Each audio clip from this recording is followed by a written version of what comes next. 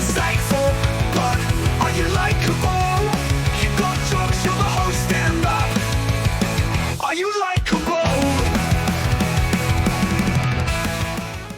Hello and welcome to Likeable, a show where we discuss stand-up comedy from an entry-level perspective. I'm your host, David Stickle, and today I am joined by Mr. Duncan Harris. Howdy. Howdy, how are you? I'm good. You're good? Well, yeah. here. We were discussing Candyland, and Yes. what's the name of this thing that we were just discussing, this memory thing? I think anaphasia. Anaphasia, not to be confused with the Russian princess Anastasia. This is true. Correct. Yes. All right. And in synopsis, this is like if you put something out of sight, out of mind, visually, how do you see it? Yeah. Yeah. Well, it's like when you try to picture something in your mind, like close your eyes and try to picture like a thing, an apple. Okay. Do you see an apple or is it like not an apple? I don't know how to say what it's not because like I see an apple, but some people don't. They see the word apple or is it an idea? I'm not sure. I'm kind of assuming because we talked and you also see the apple. But do you also, here's maybe a follow-up Seers of the question. Apple. That's my new indie punk band. Yeah. Opening for Mumford & Sons. Yes. Do you visualize a picture of an apple, or is it like a drawing of an apple? Or I just picture like an apple. an emoji? apple. Yeah. Although but I it's guess- like a real apple, though. I guess it's kind of like just like a red apple. So it's a classic red apple. Specifically a red apple. Yeah. Okay. Not a green or a crab apple. I was never a big crab apple fan. I'm not a crab apple. I was a Granny Smith guy for a long. Like when I was a kid, I used to hate red apples, like Granny Smiths. Really? Yeah, it's like red apples for nerds, man. But your love is for red apples now. You have. Well, now that's what I see because red that's what an apple is, you You've know. gone communism for the apples.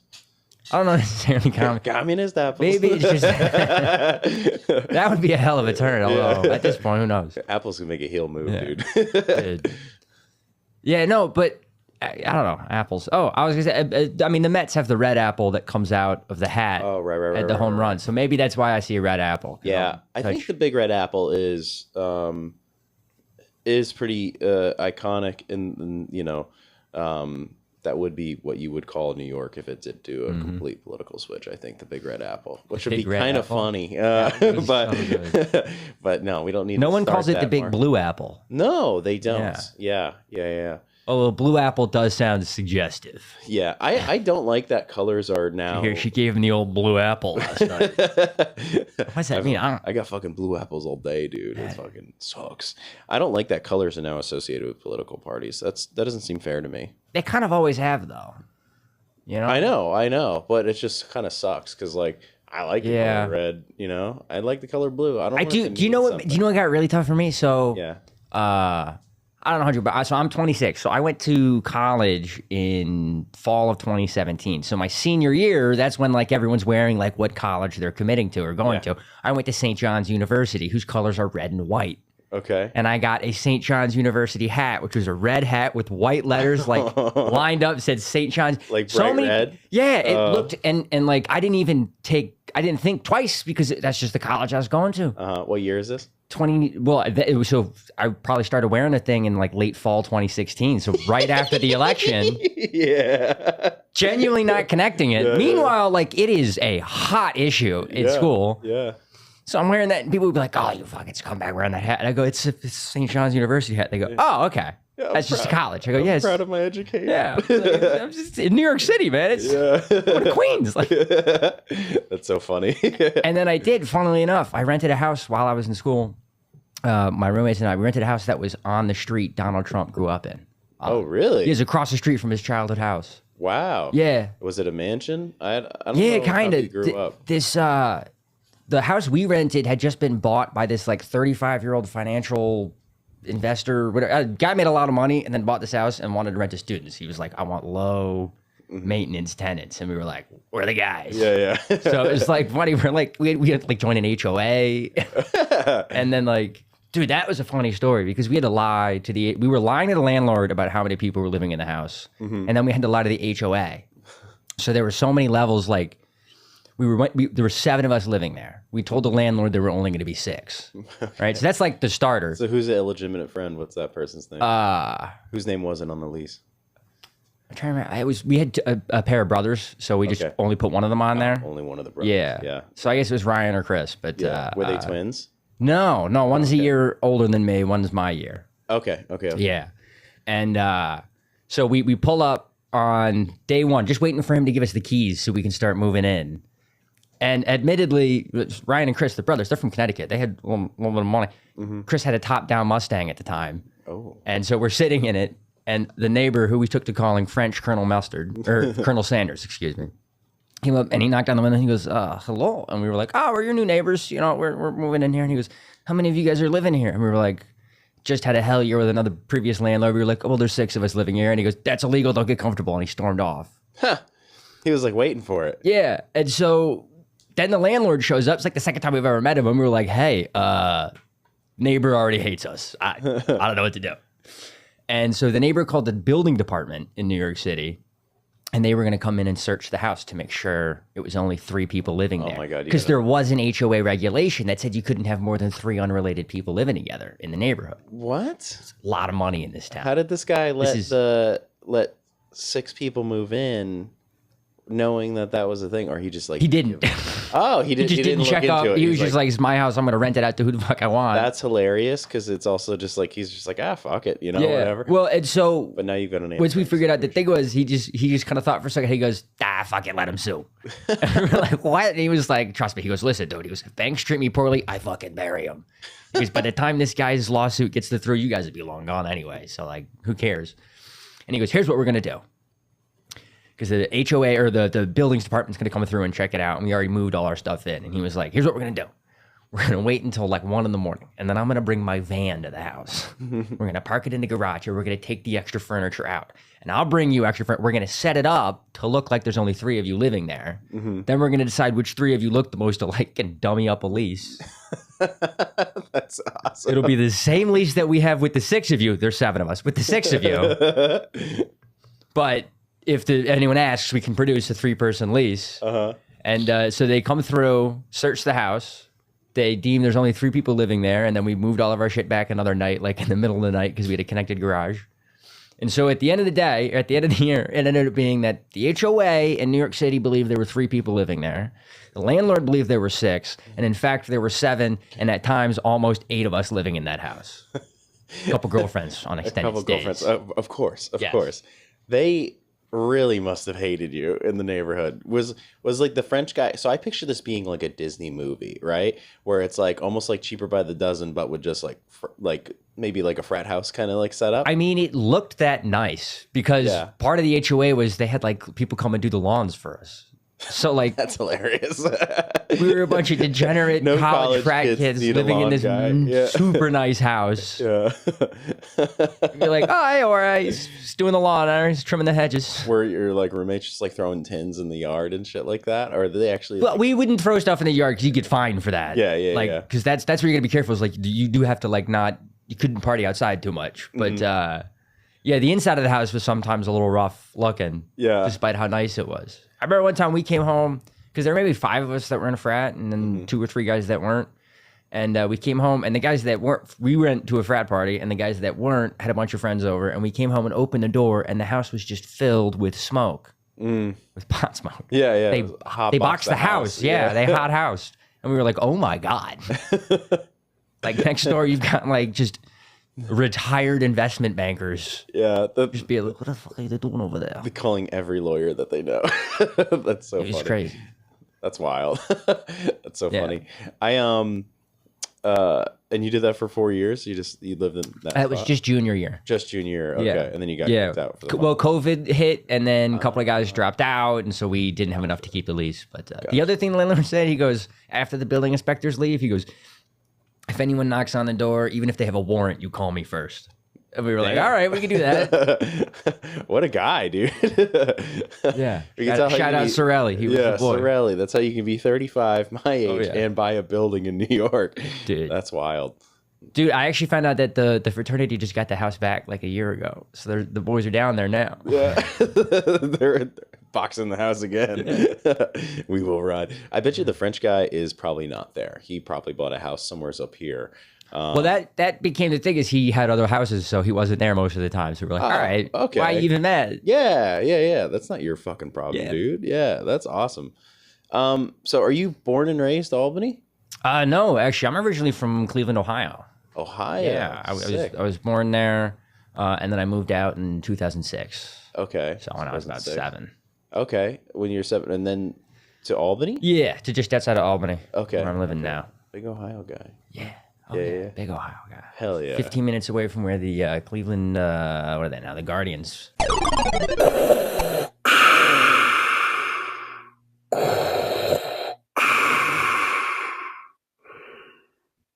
Likeable listeners. This. Oh my god.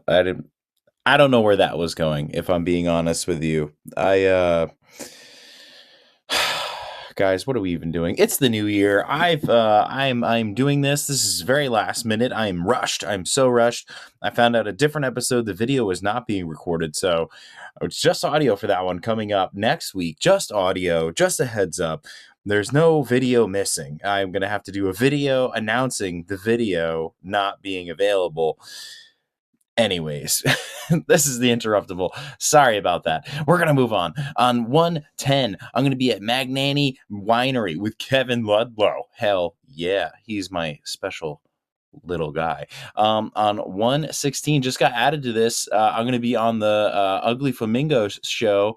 Sean Barry's going to be putting me on that one. That's a fucking awesome time. That's going to be at the QED in Queens, New York. Very excited to go down to Queens. I go to Brooklyn too much, so it's nice to go from Kings County to the Queens. It's going to be awesome. On 117, we're at the Krog. That's going to be a local show. Very excited for that. So we're going to go from Highland to Queens to Rhinebeck. What a life we're living here. The following week on 124, we're going to be at the Sloop with Joke Bomb. We've got a great lineup for you there. That's very exciting. I'm super excited for that one. And on 130, we got Punchlines and Moonshine. That's going to be up near Lake George. And I believe Fort Anne is the name of the town. Fort Anne. I don't know her, but she seems great. You know, maybe it's a pillow fort. You know, that would be cool. Pillow forts are fun. And if anybody tells you not to make a pillow fort, they're a Nazi. And I believe that. Okay, then it's a dramatic pause. It says dramatic pause in my notes. And on what I'm kidding. I don't write this ahead of time. That'd be really, really dumb. And on 131, we're going to finish up January, and we're going to be in freaking New York City at the Top Secret Comedy Club. There is a London location. Don't go to that. I'm in the New York City location. I'll be working with the great Sergei Podninsky again. If you know, then you know, my guy. But I'm so excited to work with him again. Very funny last time. I was very pleased to work with him last time. He was, again, super funny. That's a great show. Don't want to miss that. So if you can make it out to a show, that's awesome. I'm going to ask the fans of this podcast that listen to this to please give this page, the Instagram page, a follow. That way I can get those numbers up. You know what I mean? Also, if you've got any questions, you can email the studio. They send those to me. I've been getting some fun ones. People have been asking me to come on the podcast that are like not listening to the podcast clearly. It's been so stupid, but please, other people can email. That would be cool. You can email me directly. You can DM me. That would be cool. Any questions, I can cover them. I'll turn this Interruptible into a video format, and I will answer the questions. So please send those in. Have a great day and enjoy the rest of the show. Used to play or still play. All right, so is your fandom there? Are you a sports guy? You know, I always pull for the Guardians. They've always got a spot in my heart, you know? Mm-hmm. But I've been a Mets fan for the last 18 years. Okay. And it's ruining my life. Yeah. Yeah.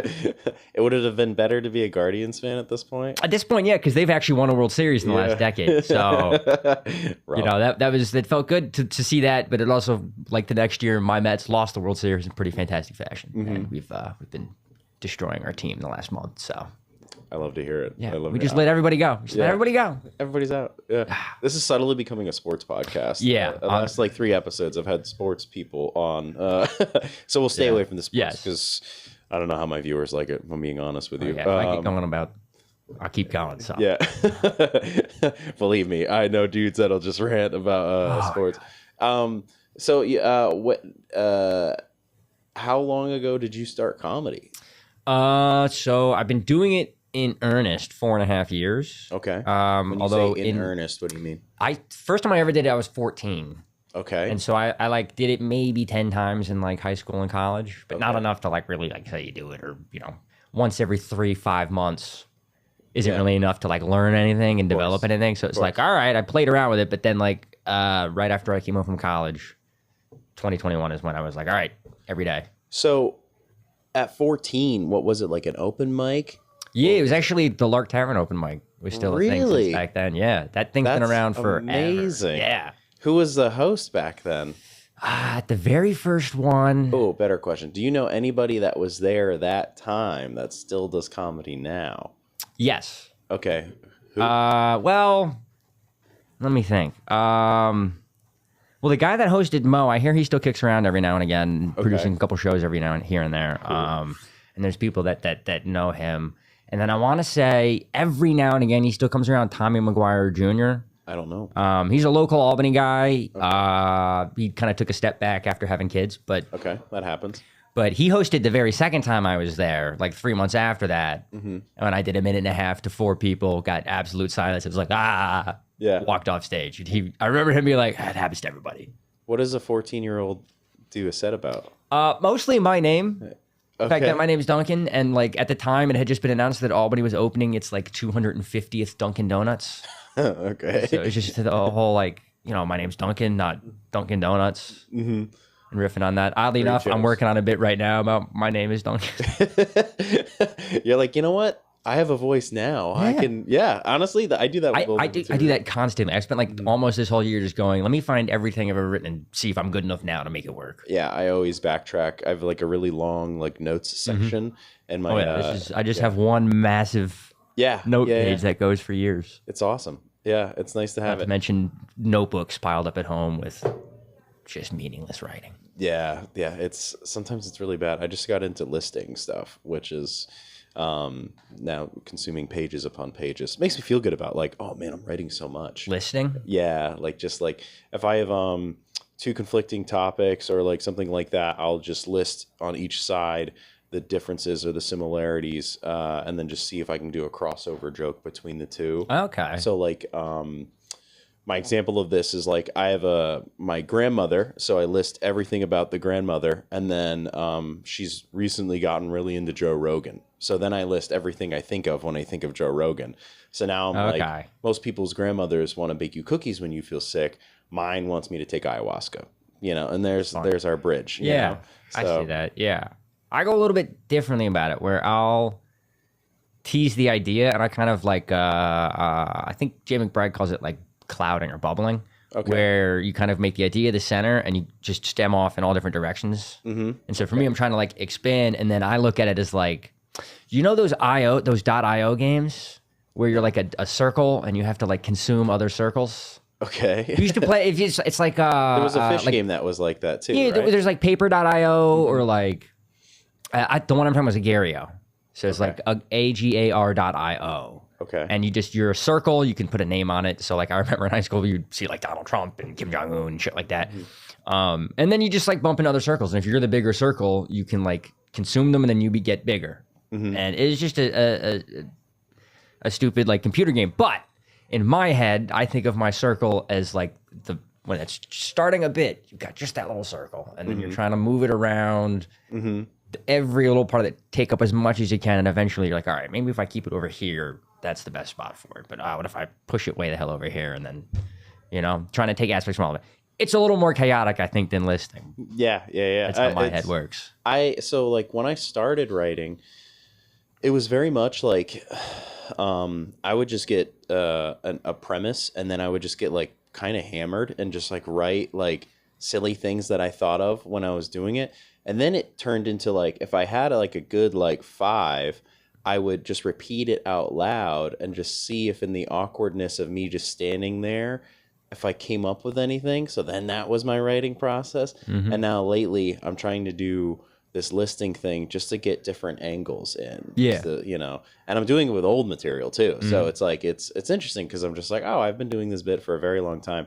I never thought of this other way, you know, but it's still like, what's cool about it is that there's like no way to like do it that's the right way, you know? Well, what's funny too is that we're also very different stylistically in terms of our comedy. I feel like, so, you know, I'm a storyteller and you're very much more jokes. Well, I do storytelling too. Yeah. Yeah. I do a lot. But you've also got the voices and like... I've kind of broken it down into like, my stories now are like 2 minutes long, where it used to be a lot like more of a whole set. Yeah. So it's funny. I try to whittle my stories down to make it so that it's like my main, if I've got a new story, the first time I'm going to do it, I'm going to go up and do it, and it's going to suck. It's going to bomb, but I'm just trying to figure out what are the beats. Like, is the thing that I think is the funniest about it getting something? And then you go, great, there's that. And what I'm looking for is like 2 other beats, and then you got 3 beats, and then you just try to have setup, punch, setup, punch, setup, punch. And then it's like a story, but it's actually just a couple jokes in a row. Yeah. And then what I found out that I've been doing, like, especially like this year, I did a lot more longer sets this year, so I was able to really play around with like ordering stuff. Yeah. And I discovered when I throw whatever plan I had out the window and just go, I have the bits that I know is going to fill the time, but maybe I'll get to them differently. Yeah. Or I'll just figure out like, I don't know, I want to start with this and I'll see if I can remember the order or whatever. And I've noticed that like, all of a sudden if I stack things together that I used to not, all of a sudden it's like, whoa, this bit has nothing to do with this joke, but all of a sudden now they're going together and it hits way bigger. Oh, that's so I've been really playing with that, or like reordering things. I screwed up. I have a 6-minute chunk on being gluten-free at church. Okay. And I screwed it up at a show in June. That made it better. Because it made it like, it used to just be very linear, and then I screwed it up and I had to be like, oh, wait, hold on. There's this other thing. And then it made it a joke where I like go tangent and then come back and then tangent and come back. Only got there because I was like really changing the order of how I did it. Huh. Interesting. Yeah. I kind of like, I'll do, so I also do a storytelling format. It's interesting that you but I'm thinking about it now. I'm like, oh yeah, every time I do Albany, I do a different style of comedy, which is funny. I'll talk about that in a minute. But like, when I have a story, I'll just tell the story, and then I'll just add tags in every, like I'll break a story into every line, and then I'm just like, all right, I need this exact line to be a punchline, I need this line to be a punchline, and then I just kind of do it like that. But what's funny about that is like when I go to Albany, I'm just realizing this as you're saying this, so I'm like a little thrown off. When I do like the Comedy Works or anything like that, I'm trying standalone jokes out, which makes sense of why you think I'm just like a joke guy. Because like I'm just like, all right, I have like 3 different sets I'm working on, and then I'm like a standalone joke for this, standalone joke, but does it work on its own? You know? So then I try to do that, which is funny. I never realized that perception-wise that was there. So you've been doing a lot more longer sets lately. That's kind of cool. Yeah. When I can get them. Yeah. I mean, that's the trick. I mean, it's like crazy. What's like the longest set you've done? Half an hour this year. Half an hour. Yeah. Holy shit, dude. Hour. That's crazy. It's fun. What's like the average set length that you do?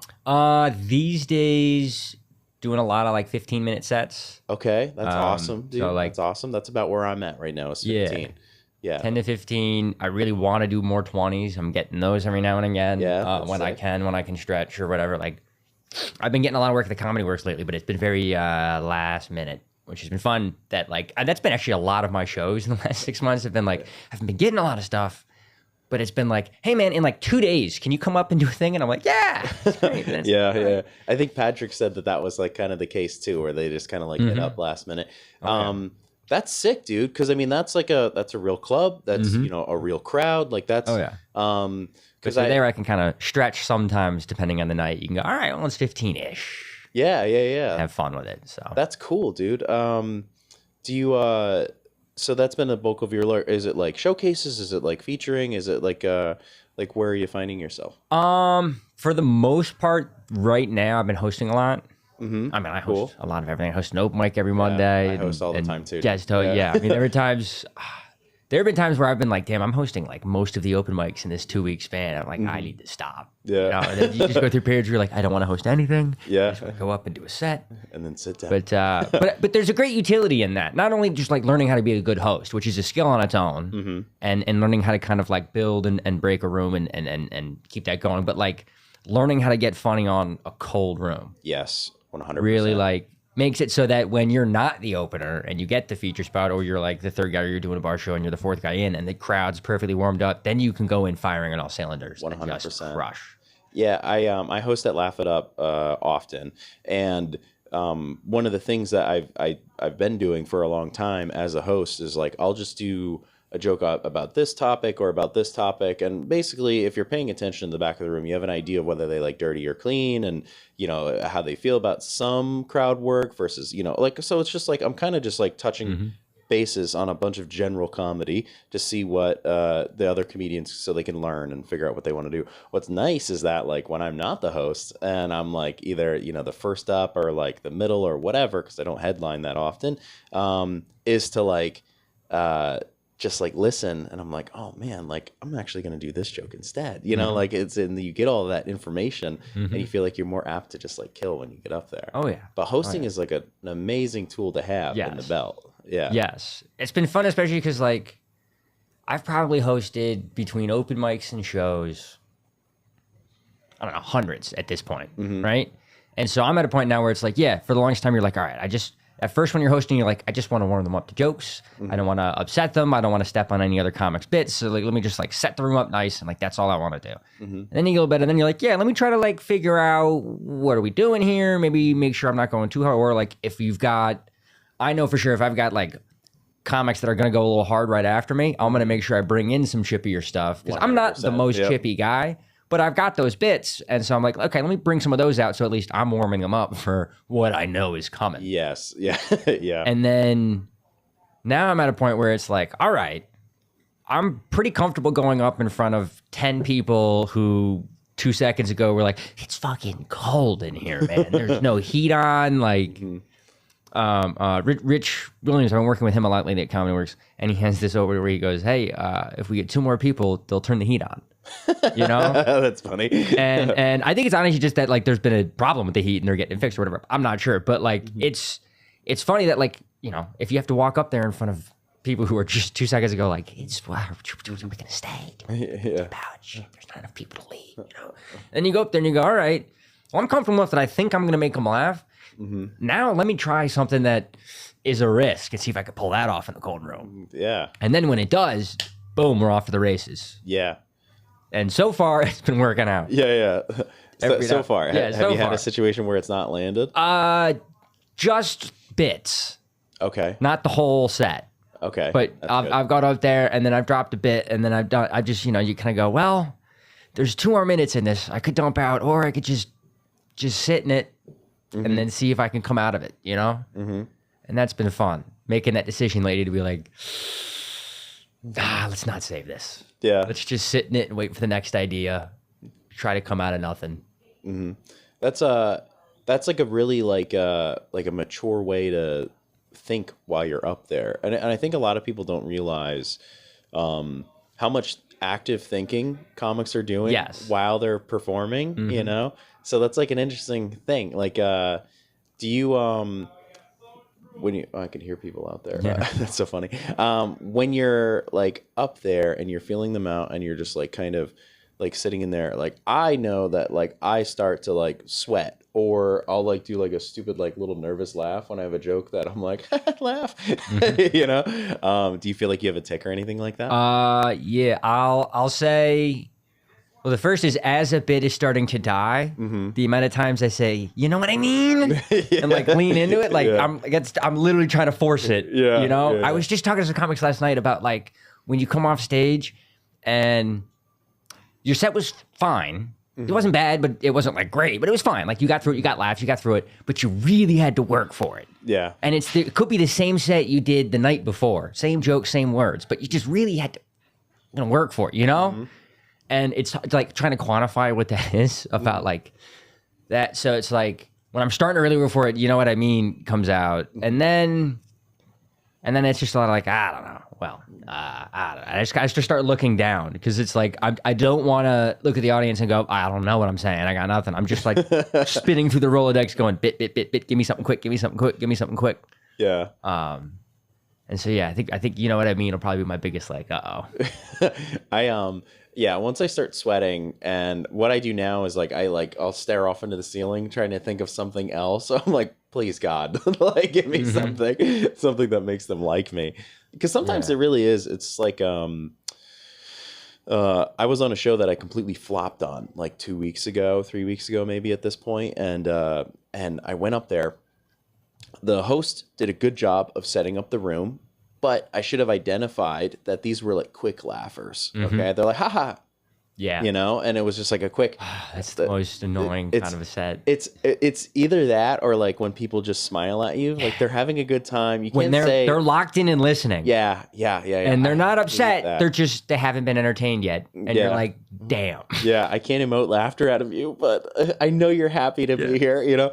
So I went up there and... You know what that is? That's shit, this really is all on me, isn't it? Yeah. You're like, I got no way to Yeah. put this on you. This is I 100%. could say that you guys fucking suck if you're chatting at the bar. Yeah. You know, if you're not paying attention and whatnot, but the fact that I'm sitting You're here talking nodding, to you... you're smiling, you're Yeah. engaged. They're It's waiting all for, me. Yeah. They're just waiting for something funny. Yep. But that's brutal, you know? So I had like a good, like 12 minutes like that the other night. And then the comedian that was actually a headliner went up and, you know, he did about 5 minutes. And then at about the 3-minute mark, he was just like, you guys are like, ha ha, done, ha ha. Like he called them out on it, and he's just like, he's like, you know, it's not like this. He goes, I'm supposed to build momentum here, and and then somebody was like, because he was being funny about it, he wasn't being a dick, and somebody was laughing but like holding in their thing, and he goes, no, let that out, and he just did that. So by like 5 minutes, he had them completely retrained, and they were a completely different audience. So where I was like, man, I wish I could do another 5. Yeah. It was like they're so much better now. Yeah. That's something I'd like to get better is engaging directly with the audience. I'm not a big crowd work guy. I've been trying to do more of it. It's painful. I'll do a lot of like fake crowd work, I call it, where I'll ask a very leading question, get a quick answer, and go, yeah, because that's, and then dump right into the bit that I wanted to do. Exactly. So they feel like they've been engaged with, but I didn't really give them the space of the air to do anything. But like, I was on a show up in, when was this? This must have been 2 or 3 months ago. This must have been over the summer, but it was up in Mineville, New York, up there. Okay, what's that by? Craig Nestler produces it. Mineville, New York is not really by anything. Okay. It's like an intersection with a tavern, and then the whole town was there. Okay. Right? Which and sometimes very fun crowd. it was a very interesting room, right? Yeah. Because it was like the second show that they had done up there, and after the first one, all the comics had told me like, hey, most of the room told us that was the first comedy show they'd ever seen. Wow. Like, they'd never been to a comedy show. Like, they didn't know how it worked. Yeah, they didn't know how it worked. So they talked the whole time. And then when I went there, and so they were just like, it's just, they're all just talking at the bar, or they don't know what comedy is. So I'm just thinking like, all right, they're going to be talking and not really paying attention. And then we get there, and they are kind of paying attention. But they started doing this thing where when you tell a joke, you'd hit your punchline, and then they'd go talk about it. Yeah, that's so funny. And then they'd come back to you. Yeah. And so Ryan Shipley, you know Ryan? Yeah. So Ryan goes up there, and he's very dark comedian, but also very word economic, right? Yeah. Guy's very picks his words carefully. So you do a joke, hit the punchline, and they go, ooh, or half chuckle, as they do, and then they'd all chat about it. And then they'd come back, and he'd be like, oh, yeah. He just started talking about what they were doing. He's like, oh, you guys got to talk about it. Yeah. And then he started just telling them like, no, I'm going to tell a joke, and then you guys laugh, and then I'm going to do another one. So don't talk. Yeah. And for a little while there, it got this really fun thing where he would tell a joke, they would either laugh or groan, and then they'd talk, and he'd, oh yeah, you guys got to talk about it. Okay, are you guys back? But then they'd all come right back, and he could do another one. Yeah. And the rest of us were just fighting like hell, trying to just call people out and trying to start something a little bit to get people engaged. He just went there and he just had them fully in on it Yeah. by letting them do what they were doing. Interesting. It was a sort of like meeting of the middle. Yeah, I don't know if I'd have the ability to do that. You know? I don't know that I could do that either. Yeah, but I wish I could. No confidence, to be honest. Yeah. Yeah, that's amazing. That's why I like my bits. Yeah, he's Ryan's a really good comedian. You're exactly right with the word economy and all that kind of stuff. You know, that style of humor, you have to really believe. I'm not saying like believe in what you say, but you have to just like believe that it's funny. Yes. The way you're saying You have it. to sell it. Yeah, you have to sell it. Full commitment. Yeah, and it is funny to see him break sometimes. Yeah. You know, because when he Yeah. chuckles because he knows it's really dark, like Yes. that's fucking funny. Yes. Yeah. So I think that's all part of it. And like, yeah, he's a funny dude. Oh, yeah, I watched him win a room back over by breaking. We were at it was a Clash of Comics a couple years ago at Funny Bone, and he hits his first one, and they kind of liked it. You know, it was like fine, and then he hits his second one, and that got a big groan, and it like a huge but one of those delayed where it was like people went ooh, and then like later some laughs came because he knows how to like sit in the silence, right? And then he went, guys, it's gonna get a lot worse. Buckle in. That got a big laugh, and then he did another one which got a groan but less of a groan, and then by the next one they were laughing, Yeah, that's awesome. and it became this real fun back and forth of like. He's like, okay, you guys like that? Too far for you guys. And it's really fun watching him have that back and forth when he gets it. Yeah, a groan is interesting because sitting in it is so important because it is really like a standoff at a certain point where it's like if you wait long enough, like the guy that does want to laugh will laugh, and then everybody will know. Like, oh yeah, we're back at a comedy show. You know, we're here. Yeah, and that just it takes so much time to get patience with. I have a couple of jokes where I'll like imply something, and then like obviously the punchline's coming, but I love. I went through a period. I wrote like a ton of these, and I was like, I can't all be this of jokes where you don't quite finish it. You let the audience finish it in their head. Yeah. So you cut yourself off. And like, it's so much fun to do that because like you cut yourself off and you know what you're thinking and they know what you're thinking. And when they're on that same page, they're like, oh, and they feel like they've like got one on you, you know? And those are really fun. But I had for a little while there, like last year, I had a run of like 6 of them. And I was like, all right. This is a bit much. Yeah. That's fun. Yeah. Someone was like, is that like a comic pulled me aside and goes, is that like becoming your thing? And I was like, all right. Yeah. Diversify your writing, bud. Yeah, that's not a good feeling. Yeah. Yeah. They're like, oh, he's got a shtick. Like, you know, Yep. I'm not trying to be that guy. Oh, yeah. That's cool. Yeah. So, Comedy Works, you've been doing that, and you've been hosting a lot of different things. The are you producing shows too? You putting together shows? Every now and again, I produce a show with Mike McLaughlin up at Lark Tavern. We are hopefully doing one in the new year. Okay, Things are a little weird at the moment. We took a little bit of a hiatus, and so we're just trying to get him back into it. There seems to be so this is outsider looking in an Albany scene. There seems to be a lot happening in a very small radius. Like, yes. How do you guys? So I know there's like a group chat of like producers, I think, up there.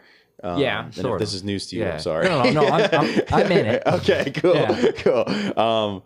But like that does require a bit of community because like down here, we're all kind of spaced out, right? And like, you know, in this area, it's like my little Rhinebeck setup, and then there's Kingston, which is just across the river. And we don't truly overlap at all, but we're the closest to each other. But like everything that happens like down like near Beacon and Newburgh and all that kind of stuff, some of that has been overlapping. Like there was a show we're putting on in like Middletown, New York, and there was like 3 other shows happening in the same little city at the same time at the same night.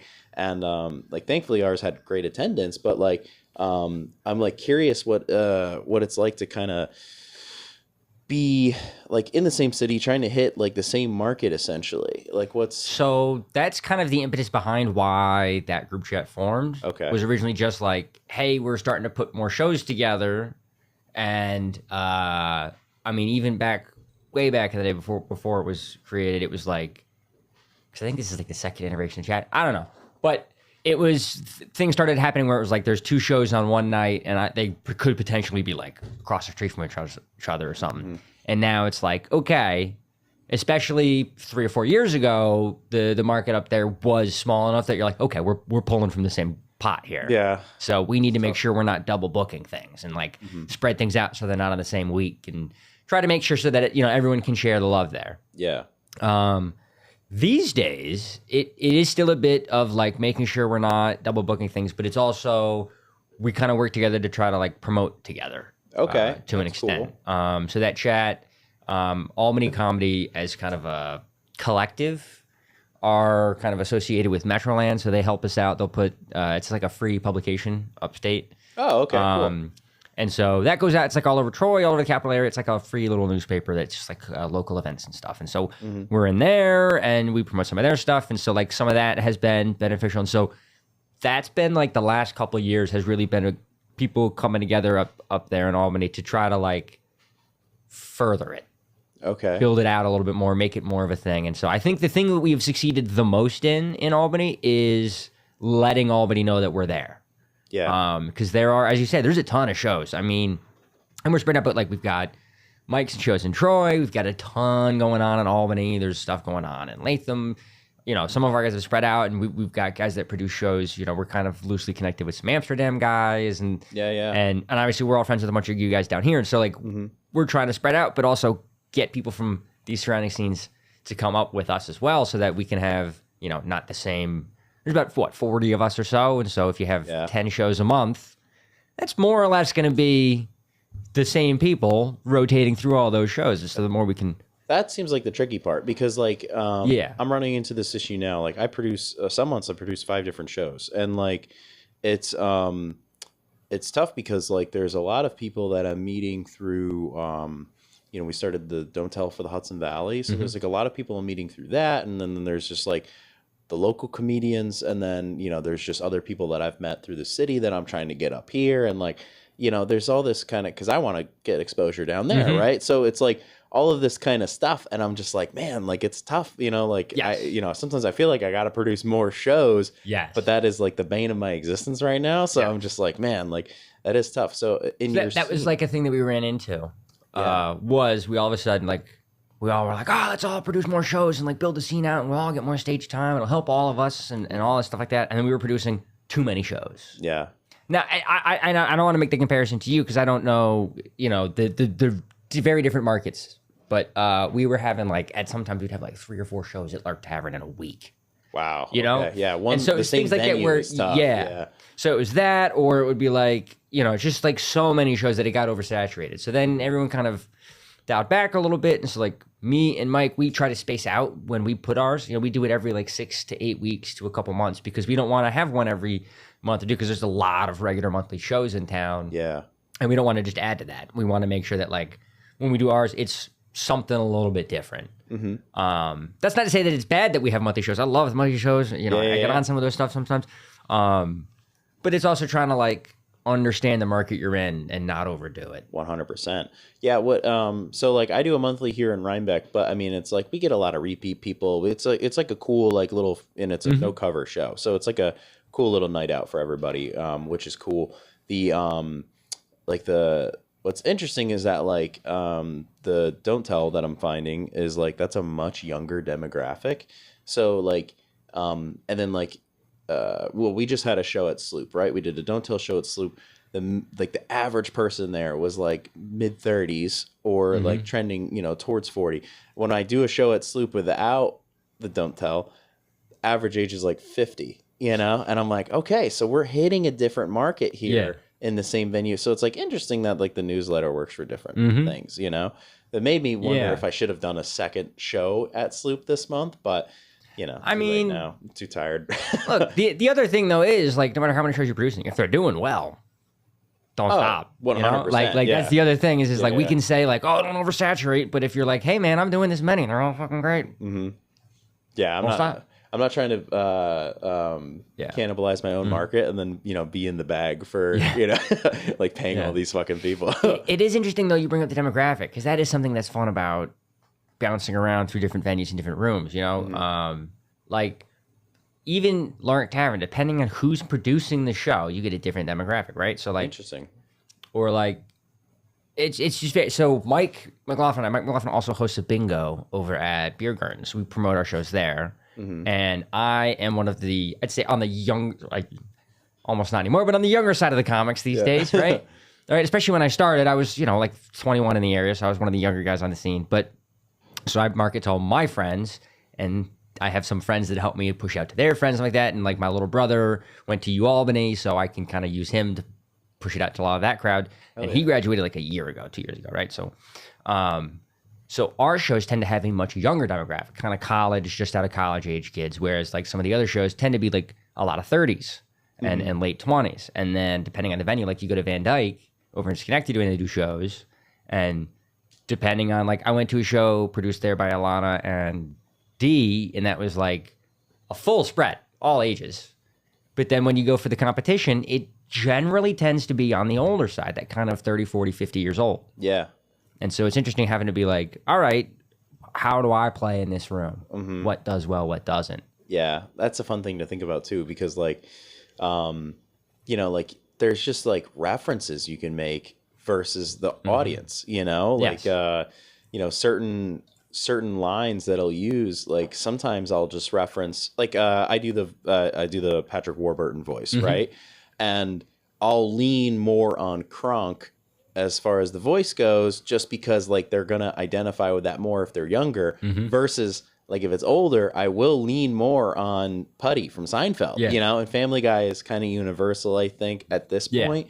Might be aging out, but people still identify like, oh, that's the guy from fucking Seinfeld, yeah. Oh yeah, yeah. So well, I mean, Putty's too funny a character. Yeah, I know. Go great. Devils. Yeah, yeah. It's sick. Yeah, man. What do you have any other bits that you're working on? Anything crazy that you're feeling out? We mentioned 2 in the beginning of the thing. Well, because I mentioned it, I'll keep going about my my name there. There's something I haven't quite cracked it yet, but so my name is Duncan. I'm named after the Highlander TV show. Really? Yeah. Do you know what that is? It's okay if not. I know of the Highlander TV show. Yes. I've never watched it. Okay, that's fine. Okay. Duncan is the not many sidekick, people did, right? No, he's the main character. Is he? Okay, never mind. So, okay, I'm mixing it up. So there's movies. There are these movies that came out in the 80s. They're about Connor MacLeod of the Clan MacLeod. He's an immortal, born in like the 1300s in Scotland. Okay. And there's other immortals on Earth, and they're locked in eternal battle. And because there can only be one. That's where that phrase comes from. Okay. There can only be one. That comes from a Highlander. And so the only way you can kill an immortal is by cutting their head off with your sword. They all have swords. You cutting their head off with a sword, and then you gain their power. That's never really explained what power means, but you gain their power. Also doesn't make them immortal, doesn't it? If you can cut their head off. But you have to be killed by another immortal. So, you know what I mean? Like, I don't know. It's a pretty big plot hole. They only made 5 movies. Yeah. Now, then they made a show about Connor MacLeod's little brother, Duncan MacLeod. And the premise of the show is basically Duncan lives in like a weird warehouse apartment in the 90s with a really hot girlfriend. And he just doesn't want to fight. He just wants to be in that apartment with her. And then his brother shows up and he's like, you got to fight. And so then he fights, right? Show ran for like 4 years, then it was canceled, and then like several years later, I was born. They named me Duncan, and then Dunkin' Donuts goes huge. That's the only like context anyone has for the name Duncan in pop culture. And then in like a year, there's going to be a show that comes out next year called Duncan Egg on HBO. Okay, it's a Game of Thrones show about a character who's Sir Duncan. Right? Sir Duncan just sounds funny, by the way. It does. Yeah, and there's more to it. Back to me. Have you heard me do the jokes about my dwarfism? I'm a dwarf, if you don't know that. I didn't know that. Yeah, I have pituitary, so I took growth hormone shots every night for 4 years growing up to grow. Is that intramuscular, intravenous, or it's subcutaneous? Do you know? Skin, muscle? I got like a pen, and I would screw a little needle on it, and then I would dial it up and go in. It was a small needle. Yeah, subcutaneous. Yeah. Okay. Yeah. Just curious. I'm sorry. Yeah. Yeah. No, anyway, so I just knew how to inject it. I knew how to avoid track marks, and that was weird at 12. Anyway, so I short my whole life, took all these shots to get tall. Now there's finally a Duncan coming out into pop culture that's going to be really cool, and his full name, I swear to God, is Sir Duncan the Tall. Okay. So there's something there, but obviously yeah. It's a really long walk for a light payoff. I love you got to riff on the fact that it's like you're named after a spin-off show, right? A character. And I'm the second kid, so technically I'm a spin-off kid. Yeah, exactly. Yeah. You're named after a spin-off show. You're the second kid. You're the spin-off kid. And there was something else I was going to say to that too. Who named you? Like, which parent? Oh, my mom. Your mom. Yeah. Okay. No, my dad's ideas were even worse. Yeah. That's something to talk about too. What could have been? Yeah. Well, first he wanted to name me Grover. Okay. Yeah. And then the other idea, I swear to God, was Cleveland. Which so his two names are Grover Cleveland. Yeah. And I remind you, we lived in Cleveland at the time. So in his mind, he's like, homage, you know? Yeah. My mom was like, I'm not naming my child Grover Or Cleveland. or Cleveland. What, are your parents like stoners? Like what's... No. No? They're just No. regular Very straight laced. mom and pop kind of. Midwestern, Chris and Barb. Dude, that's the shocking thing to me. Yeah. So... Yeah, my mom's a nurse. My dad works in healthcare informatics, which is something no one understands. He's a consultant. Okay. Wears a suit, travels. Hell yeah. Yeah. That's so wild to me. They come up with these names. Yeah. You know? Oh, and my older brother is named after my uncle. My little brother named after my dad. Very. So for you, they're just like, Yep. let's fuck around. Yeah. That's so wild. Just like that guy with the sword. Pretty sick, dude. Pretty sick. So that's so weird to me. I mean, my dad can't picture anything in his head. So. He couldn't picture the character from the show. Oh, yeah. Do you are they huge nerds? Is that like, was Star Wars like a big thing in your house? I mean, it is in as much as like me and my older brother are a really big Star Wars fan. Okay, but your parents were. I mean, my mom kind of. in the My mom. Highlands. So my mom was also originally from Cleveland, but like me, when she was 6, she moved to California. So she grew up about 45 minutes from Disneyland. So she's a big Disney kid. Okay. I wouldn't say Disney adult just because we've only been to Disneyland a couple of times. Yeah. We have been a few times because I have family that live out there, so you don't have to stay in a hotel if you've got a floor to sleep on. Dude, hell yeah. That's the way to go. But I should say my Aunt Betsy always gave us like couches or beds to sleep on.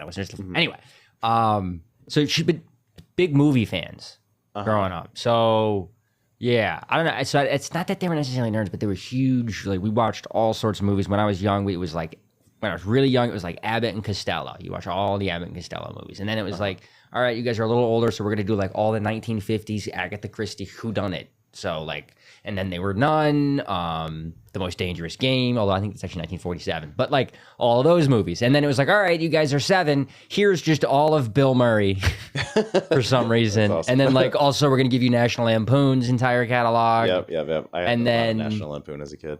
I want to say around 8 or 9, my dad got SNL, the first season on DVD for his birthday. Amazing. That's the first SNL I ever watched. Okay. It was season 1, episode 1.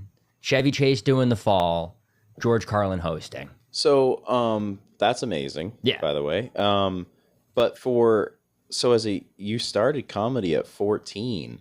So was that like your like early influence, or was there like a stand up that specifically like you were watching a lot and like, because this will also tell the age gap between us. Because like I was talking to somebody about this the other day, and like I grew up with like the Comedy Central presents like half hours.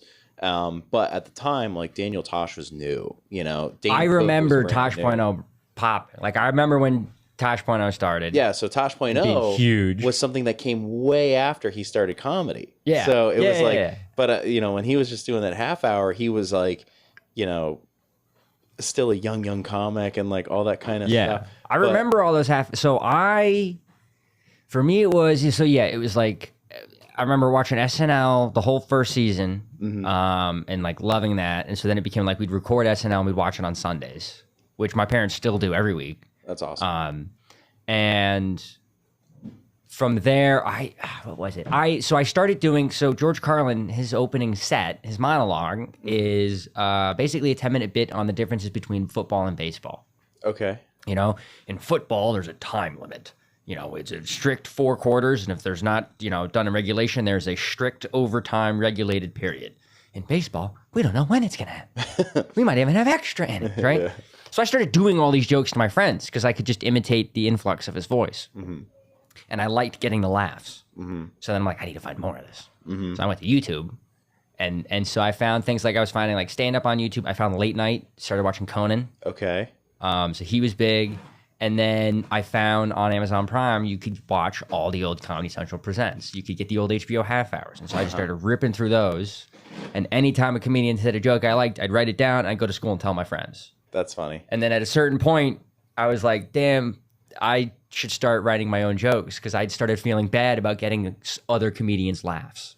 Yeah. So were you also impersonating like 50 different comics at that time? Because you're like, yeah, that's awesome. To a point, you know, like I would get their affectation, but I wouldn't necessarily get their voice. Yeah. But I mean, that's like an amazing skill to like kind of subtly learn. It definitely like taught me timing. Yeah. Like delivery and like how to perform. Yeah. Cause there's different forms of like, you know, Tosh is like very much like a crisp, like, you know, and he's also just like, I had a number of his jokes I would do for friends. yeah, he's just like shitting on stuff essentially. And then you have somebody like Dane Cook that just like will turn physical and then loud when he goes to deliver something. And then Carlin is just like, you know, almost like a teacher, you know, it's a very, Dane Cook was the first special I ever watched. really? Yeah. My older brother, had it on in the basement. He's like, you got to come watch this. Was this the In the Round one? Yeah, Where yeah. he's like doing Vicious Circle. Pickles and the pickles? He tells a story about telling his friend or a guy that meets, oh, dude, you got to come tonight, telling a guy he's going to go to his party and then blowing off the party and then running into that guy a week later. Yeah. And coming up with the excuses. And then and in that whole thing, there's like a story about when you get directions from people, which is like a dated reference now, but it's like, you know, if you hit the train tracks, you've gone too far. Yeah. You know, and I remember the whole time I'm watching it, because I didn't understand what stand-up was. I didn't understand that George Carlin was a stand-up, because I knew him from Bill and Ted. So I was like, oh, that's the guy from Rufus is being funny right now. That's what I thought. Yeah. And so I kept asking my older brother, I go, what's he from? And my older brother's like, he's not from anything. This is this. Because I thought it was like an appearance on a late night show or something. Yeah. I was like, he's got to be from something to do this. You don't just do this. Yeah.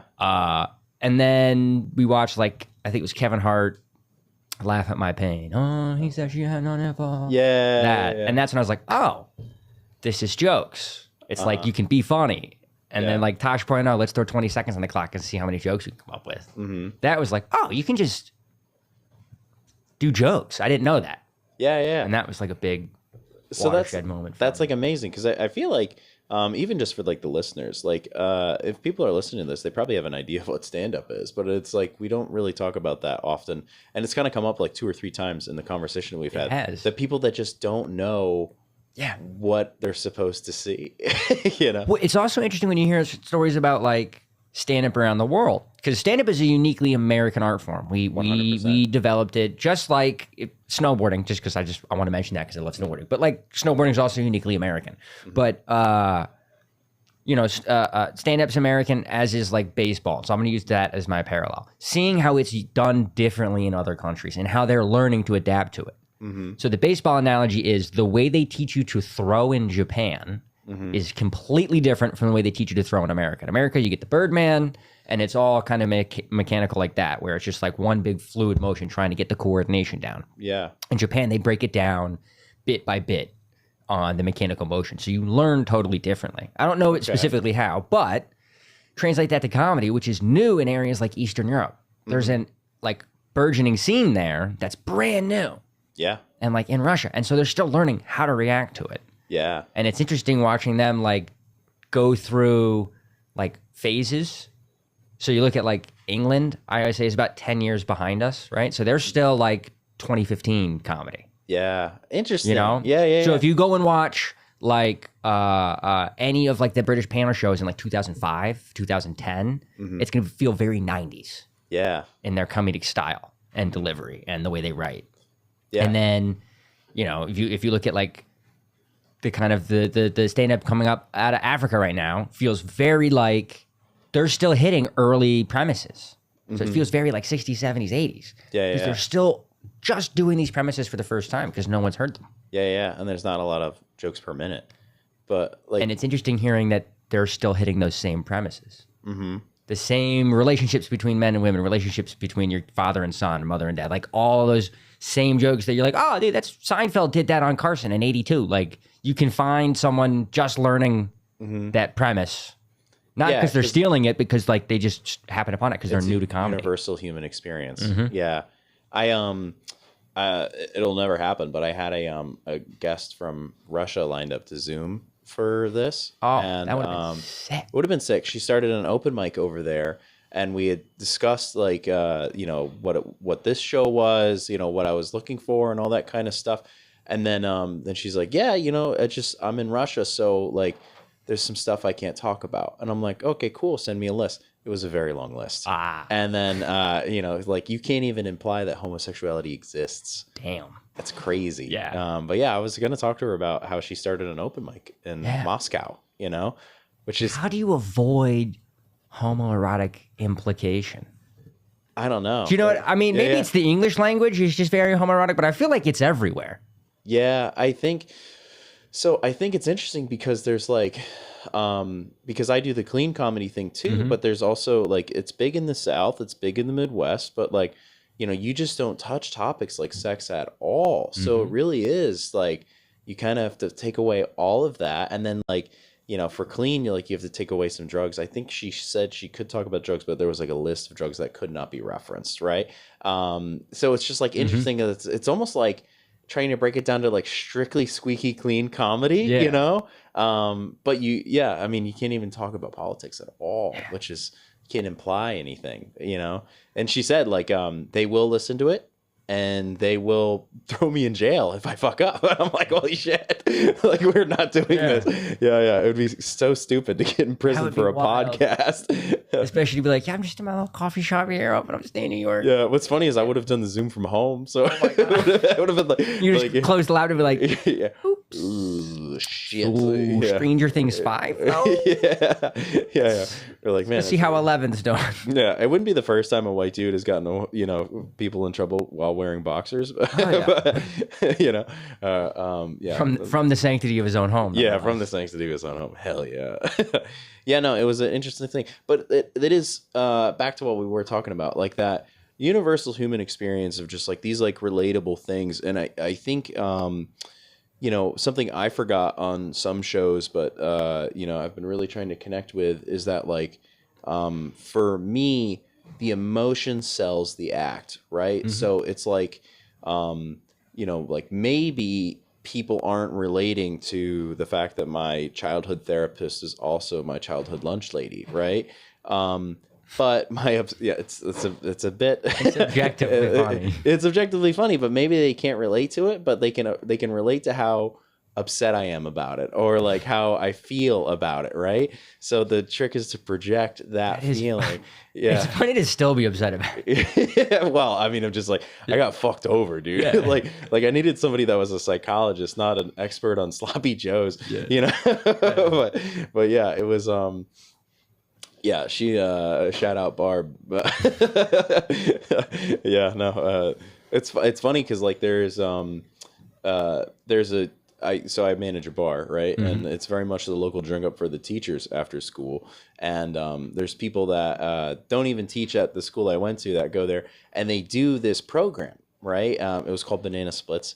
So they'll show up, and then they know, like everybody at the bar knows I'm trying to do stand up, right? And they know this bit that I have is about banana splits. So I actually have somebody that comes to the bar that is a banana splits person, and she's like, she heard about the bit, and then I explained to her that my lunch lady was the person at the time, because this was like the early 90s. And she's like, that didn't happen, that's not true. And I'm like, I can fucking promise you, I am getting food put onto my fucking little tray, and then after lunch I'm going to the windowless room in the center of the school next to the computer lab, and the lunch lady is there asking me about my feelings. like that happened. And you're like, I feel like lunch sucked today. That's what I feel like. Yeah. I feel like I'm fucking still hungry, actually. I feel like I need to go South Tower bathroom. I feel like I should have parlayed that into more food, actually. Like, I'm just really sad. Tomorrow would be great if I got 2 chocolate milks. Like, like that'd be cool. Yeah. It is crazy when you have something that's so absurdly true and you're like, no, I swear it's real. Yeah. Like when I talk about my principal on stage, I think you might have heard that, but we were talking about him as like being just like PC Principal from South Park. People don't believe me that that's what he's like until I Google him and show you a picture. And then you're like, oh shit. So is he like the image of him, or is he like actually he's also like super PC? Kind of both. Okay. I mean, he is a former bodybuilder, was a former bodybuilder. Rest in peace, Mr. Star Trek. Hell yeah. Oh, he passed away? He did. He had a heart attack about a year ago. It was very tragic. Bodybuilding and heart attacks not related. Well, he's a former bodybuilder, so he's huge, right? Yeah. And then, he instituted gender-neutral bathrooms when I was, I don't know, sophomore, just like 12, 15 years ago, right? So, like... Very progressive. Yeah, very progressive. His reasoning was because they have them at my gym. Okay. Which is like, all right, good move. Maybe give us a different reason. You know what I mean? Maybe be like, I just felt it was right. Don't be like, well, I was lifting weights and I had to take a poop and that one was clean. So I was like, we should have this here, you know? But like, let me find the right picture. Like literally that's like the first picture that comes up when you look him up. Amazing. He also looks like Charlie Sheen's dad. No? Martin Sheen? Am I mixing that up? I'm mixing him up with somebody else, the actor. No, T2. Terminator 2. That's who you're thinking 100%. of. Yes. And he does kind of look like him. There's he shaved his head for charity one year. Can you want to try and see if you can get it on the camera? Oh, yeah. I don't know how to. And look. I do jokes about this man. He did. I need to give him his flowers. He did stop a school shooting and save everybody. Holy shit. I need to give him. Yeah, I mean, he looks like that. That's. Yeah, he T2'd it. Yeah, he was vice principal at the time, but yeah, the student entered the building, had a gun, and fired it at like down the hall. So he heard. It hit no one. At this point, people have run away, and then he rounds the corner, tackles the kid, wrestled the gun away from him, and it went off. And a teacher was hit, but was fine. Okay, thank God. Or recovered, I should say, Yeah. from a shot in the leg. But yeah. And then he became the principal. So you were in school for a school shooting? No, this is 2004. This predates me. Let's be very clear. I was not. Predates you. Yeah. Wow. Okay. That's like still though. You hear the stories at school. 100%. Every teacher had a story. Every teacher had a story. Every fucking parent is like thinking like, oh, this happened literally down the road, or like literally a couple years before my kid got there. It makes it so fucking real. Yeah, that's crazy. Oh, yeah. That's crazy. But thank God that guy was there. Yeah, thank God he was there. And then he would come in. I was in student council. He'd come in every year during when we were planning a freshman orientation, and we would get shirts every year for all the student council members. So you knew who like the student helpers were, right? Every year he wouldn't show up for the entire meeting until we got to t-shirts. Then he'd walk in and go, so I'm thinking cutoffs this year. And we'd be like, we're gonna be inside all day. Yeah. And everyone in student council looked more like me than him. Yeah. So I'm like, what? Amazing. No. He's just like, all right, but V-necks though? And we were like, all right, we'll give you the V. Yeah. That's awesome. It would be it'd be funny if the school shooter's name was just John Connor. He's like, oh, I didn't know there was actually a school shooter at all. You know what's crazy about that guy? Tackled him because of his name. Do you know what's crazy about that guy? This is true. So he was in prison for like, he got sentenced. I think he got sentenced to life in prison for they charged him for like every human being on the floor that he walked into. So it was like 65, 70 people that were just on the floor at the time. Wow. They charged him with. And then he goes to prison, rehabilitates, and like, so every time there's a school shooting in the news, he'll write a letter to the newspaper and they'll publish about like, here's how I was troubled, here's how I got a gun, here's why I did it, and like, you should stop. He's very against school shootings now. He got paroled, I believe. Okay. 2 years ago, 3 years ago, maybe a little more than that, maybe 4 years ago while I was in college. And then someone saw him walking down the street in Albany and was like, yo, that's the guy that tried to shoot up the school, and happened to have a machete with him. And the guy who shot up the school? The guy that recognized the guy as the shooter. Okay. Happened to, and cut off both his legs and one of his arms. Holy fuck. Here's the crazier twist. There's the crazier twist. There's a hospital in Albany. They got him there quickly, reattached all the limbs. Wow. So he's good to go. Yeah. Damn. Yeah. They like I don't know if there's a bit there. They put the leg on the wrong leg. So he's got a foot that goes out. Like out. You're duck-footed now. Yeah. Listen, you've got out on parole early. Yes. You're a duckfoot guy now. People will forget about the school shooting thing. You're a duckfoot guy. Listen, like, you're never gonna run, all right? Yeah. Or really, if you can figure it out, you shouldn't in front of people. Yeah. It's not gonna look good for you. Yeah, that's quackers. That's insane. Like, if you're carrying around a machete, though, I mean, that's arguably no, I'm not even gonna touch that. Well, I would say if you're carrying around a machete and you like work in the woods or working like if it's appropriate for sure. Yeah. If you're walking around metropolitan Albany, I'm gonna assume that guy hunted down the school shooter, though. maybe I don't know. Yeah. That's what. The article I read just said the guy saw him and like attacked him with a machete. I'm like, Yeah. No, whenever there's news about a machete attack, no one ever tells you about where they got the machete. Yeah, no, they should do. It's just kind of like there were these two people and one of them had a machete. Yeah, as one does. Yeah. Like a pen. The- Honestly, I don't know what machetes are used for besides attacking. Yeah. Why do we sell them? Why do we? They should only be available at like the entrance to a forest. Like a 16-year-old could go to Lowe's right now and buy a machete. Yeah. Be like, I just need to machete something right now. Yeah, that's insane. Yeah. What are you gonna like cut video or cut melons on fucking Instagram? Like that's I feel like that's the only other It's thing. for cooking. Yeah, it's for cooking because a normal knife won't do. It's you buy the biggest machete they have. You go. I'm trying to get into hibachi. And they say it's a good starter knife. So I won't miss. That's for sure. Yeah. They say the little ones are hard to handle, so I'll start with the big. Work your way up to the nimble stuff. Yeah, I need something with a sheath. That way I feel good about it. Did just for my personal curiosity, did the school shooter ever reconcile with the principal? Do you ever hear about that? I don't believe so. No. They never did. No. He's like, so it really was like I would have gotten away with it too. If it I wasn't mean, for this I'd have to look it up to be sure, but I don't think so. Damn. He was principal for, let's see, 2004. He was probably made principal in like 05, 06. I graduated in 2017, and then he left the school in like 2018. Okay. His wife got a job in North Carolina paying apparently a lot of money, and in like 2 weeks he was like, all right, Yep. see you. Yeah, he's just like, Yeah.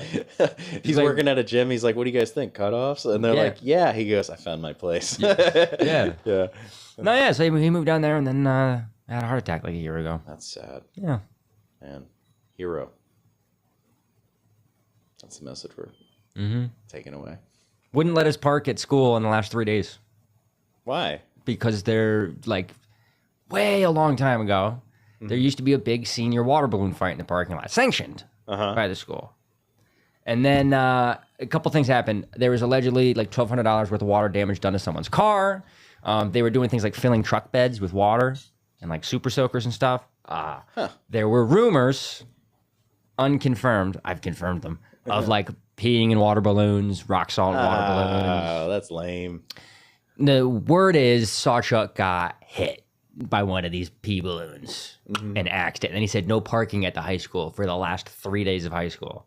And so most of us would try to park down the road at the library or the YMCA, and he would call the library, and the library would go out there, take plate numbers, and either fine kids or have the cars towed. My older brother worked at the Y. The director of the Y at the time, I don't know if I should say this. I'm going to say it. I don't care. I don't think Shannon works there anymore, so it's fine.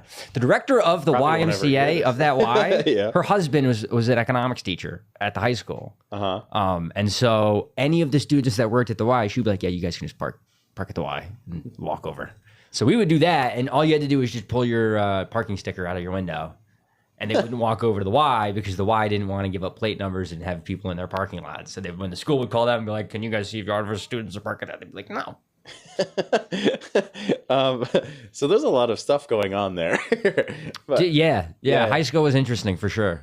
it proves, though, that where there's a will, there's a way. Because high Yes. school students will figure out a way to do what they were going to do anyways. But now you're just making it slightly more challenging, which does critical thinking. You guys figured it out. Oh, yeah. Problem solving. Yeah. It's a good lesson. These days, you just Uber. Like, it's over. Yeah. I would have done a drive-by squirt because you're not like parking per se. You're just driving through the lot, and like all the cars just keep moving, Oh. and then it just turns into like a auto collision paradise. Okay. And then he's just like, no students can have cars, and then it becomes how do you figure out your way around that?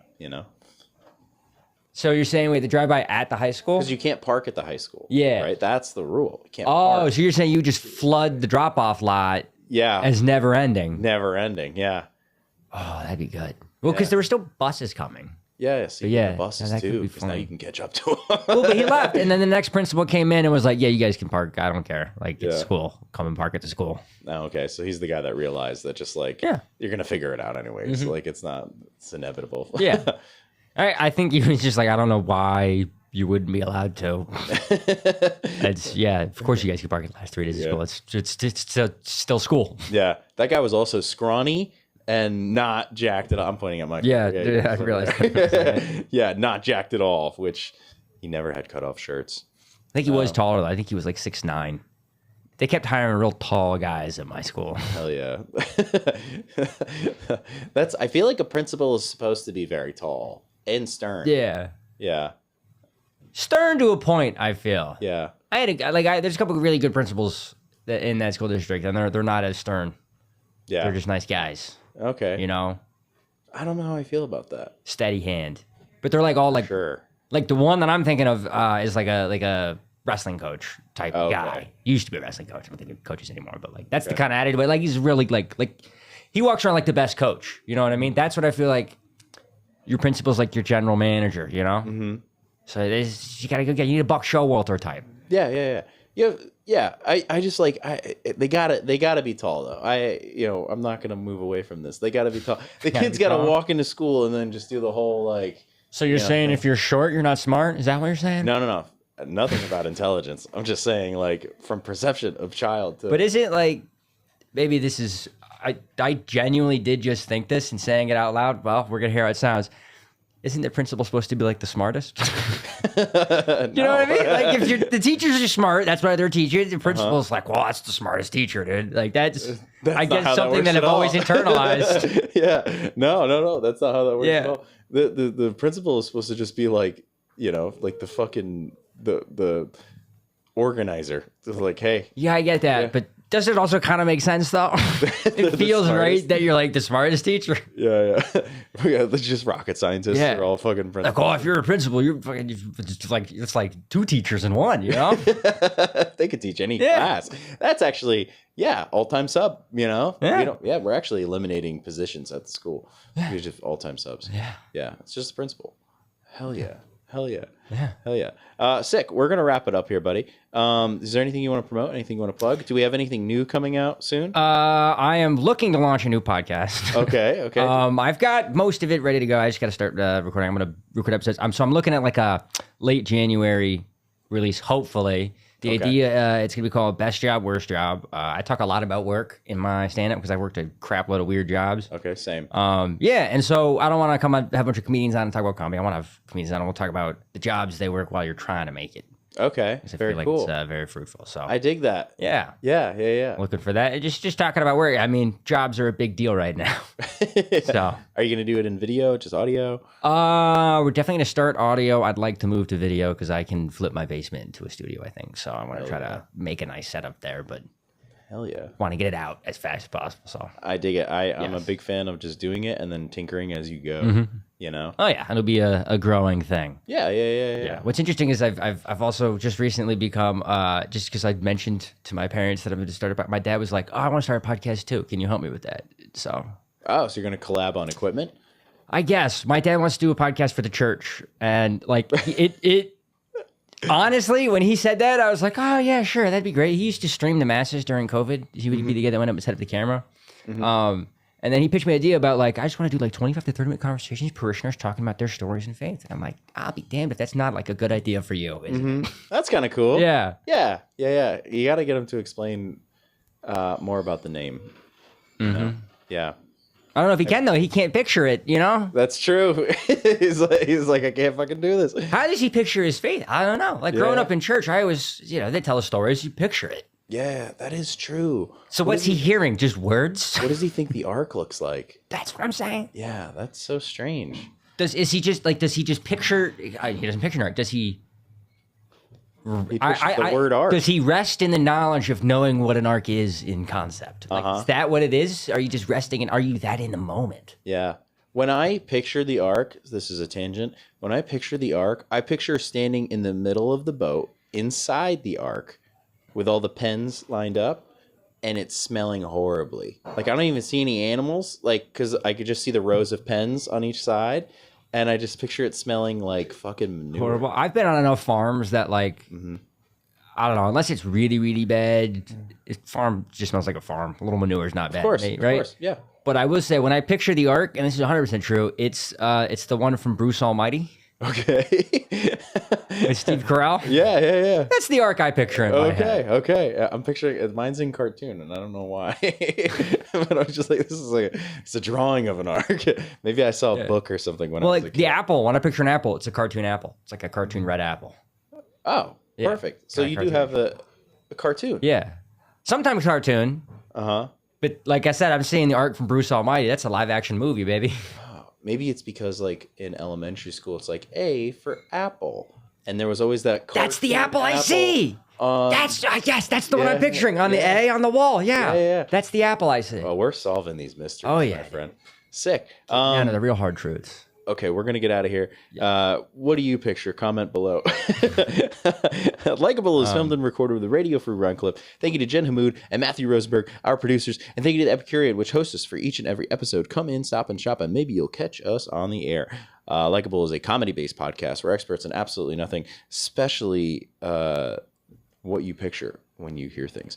And we should not be taken seriously. Consider this your daily dose of questionable wisdom and guaranteed hilarity. We hope. Proceed with caution and a healthy dose of skepticism. Duncan Harris, thank you so much for coming by. Thanks for having me, man. This was a lot of fun. Hell yeah. Appreciate it. Music. Hi, everyone. Thank you for listening to this week's episode.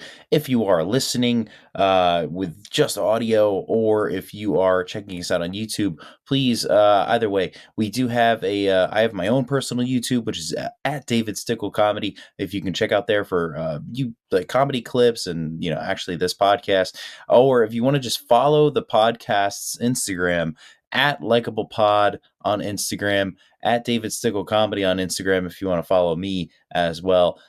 Every bit goes a long way. Thank you all for listening. I really appreciate it. And also follow Radio Free Rhinecliff as well if you aren't already on Instagram. Thank you. Yeah, you got jokes, yeah, you're insightful, but are you likable?